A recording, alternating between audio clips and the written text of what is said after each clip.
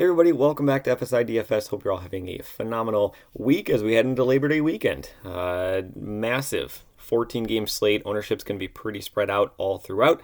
Because of that, it is a Coors Field slate, so we do have to make note of that when we are building our lineups. Pitching extremely deep. We got 28 pitchers going. Of course, there's going to be solid options, but it really is. It's a stud pitching slate. I think we got 10 pitchers who are above 9K in price tag. So let's just kind of go through and dive into it. Glass now, right up at the top, most expensive guy, 11.2K. Tough matchup going up against Cleveland. Glass now, I honestly don't have too much interest in him here. He's a Tampa Bay pitcher.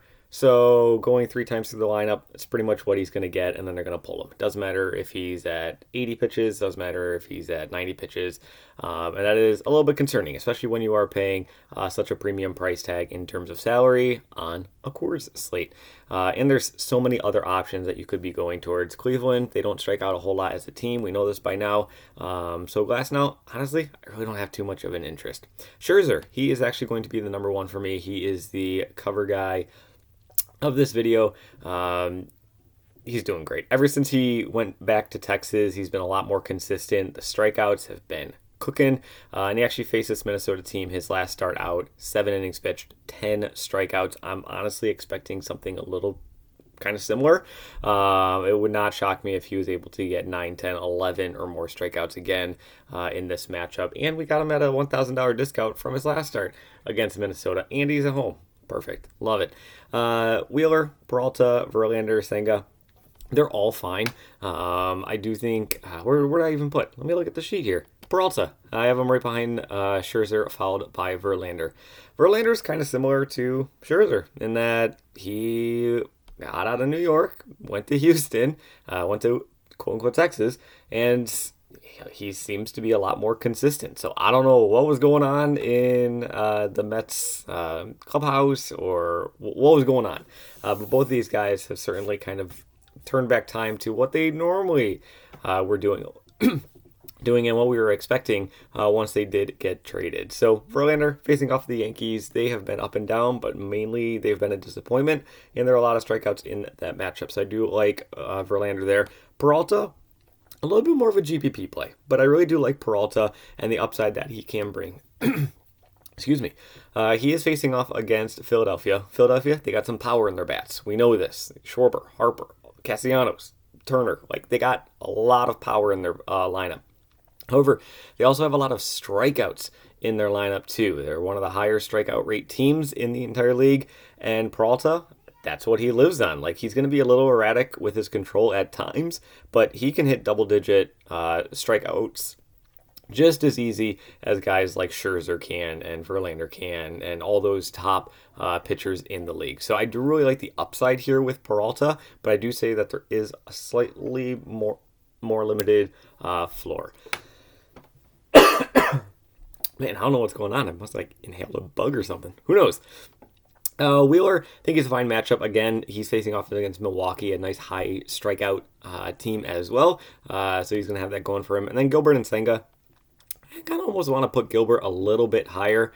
He is facing off against the Mets, and, they've been a disappointment. But I'm going to kind of leave it as is at this point in time. It's definitely going to be Scherzer, Peralta, Verlander as my top 3, though.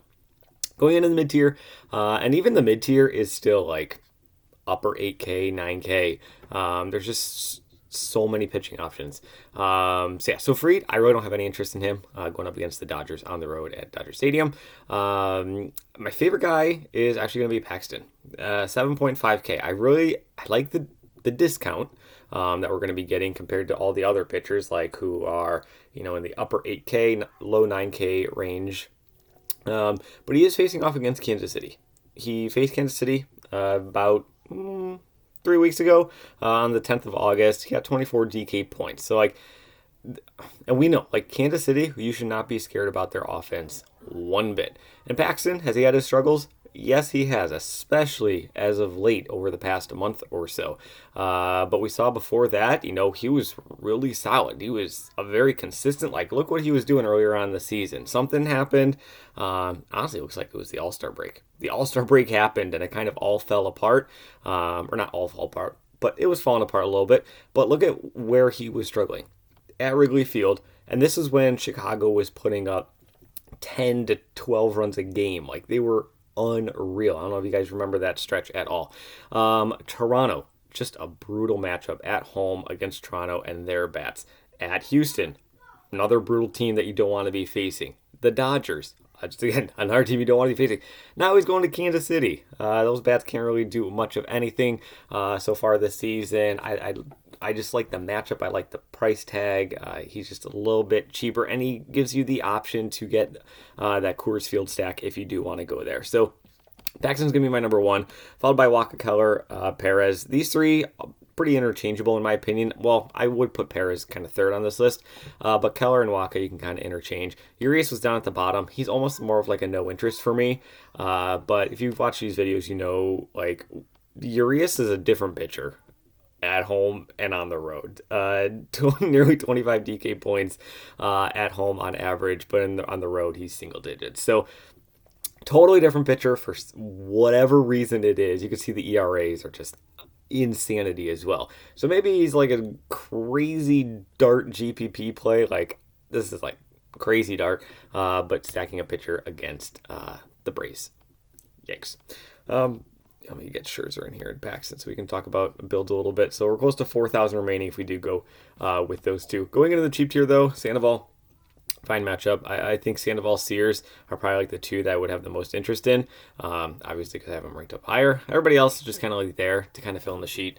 Really don't have any much interest. Fades on these guys, and yeah. So looking towards the bats, obviously it is a Coors Field slate. Toronto is going to be the number one stack, and they're honestly not too pricey. Here they are. The one issue with Toronto is their eligibility. Belt and Guerrero both first to base eligibility, which kind of stinks if they're both in the lineup. If Belt is in the lineup, I'm definitely going to be. Well, I'm going to have more interest in Belt. Like, the guy just mashes right-handed pitching. I think Toronto's implied total was around 7. So they're going to be scoring some runs. So Belt, for sure, I would be placing him in there. Other cheap guys that they do have, Varsho, nice lefty-righty matchup. Sub 4K in Coors, who can rake. Love it. Kiermaier, another lefty-righty matchup, 3.4K. Kiermaier more than likely is batting in like the 8 or 9 spot, but maybe you do like a wraparound stack. Maybe you get like the 9 through 3 or 9 through 4 hitters if you do want to go there. Varsho actually probably wouldn't be included in that because Varsho is more like the middle of the lineup to lower the lineup kind of guy. But yeah, we'll just like throw in 2 other guys. Oh, I really like Jansen here, 4.1K. You can get a really large Toronto stack and still have a lot of salary left. So I really don't think that salary is going to be too much of an issue. Like I said, Toronto, number one team on the slate, and all of them, well, that I just put in there, are under 5K. There's only 2 guys who are above 5K and nobody above 5.5. So I don't think salary is going to be too much of an issue. After Toronto, my favorite team is going to be Boston. I like Boston against right-handed pitching. I really like Boston against bad right-handed pitching. Boston just has so many like left-handed bats, but also right-handed bats that can like rake against right-handed pitching. So there's not really anybody that I don't want. Casas, awesome. Story, great. Verdugo, yes. Yoshida, yes. Turner, love it. Devers might be my favorite third base play on the entire slate. So, like, Duvall, Boston, love them.